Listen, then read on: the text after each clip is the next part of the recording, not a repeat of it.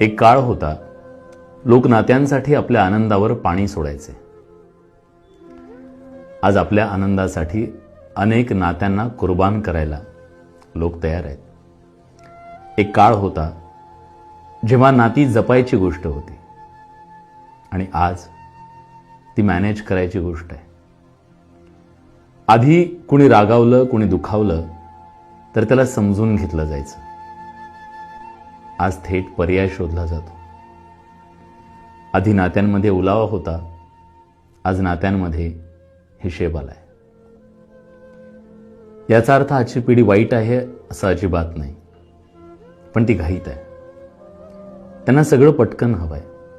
यश, पैसा, समाधान आणि नाती सुद्धा. पण नाती इन्स्टंट नसतात. ती वेळ मागतात, ती संयम मागतात आणि सगळ्यात महत्त्वाचं म्हणजे त्याग मागतात. पण प्रश्न आहे, आज तेवढा वेळ आहे कोणाकडे? आणि हाच खरा प्रश्न आहे.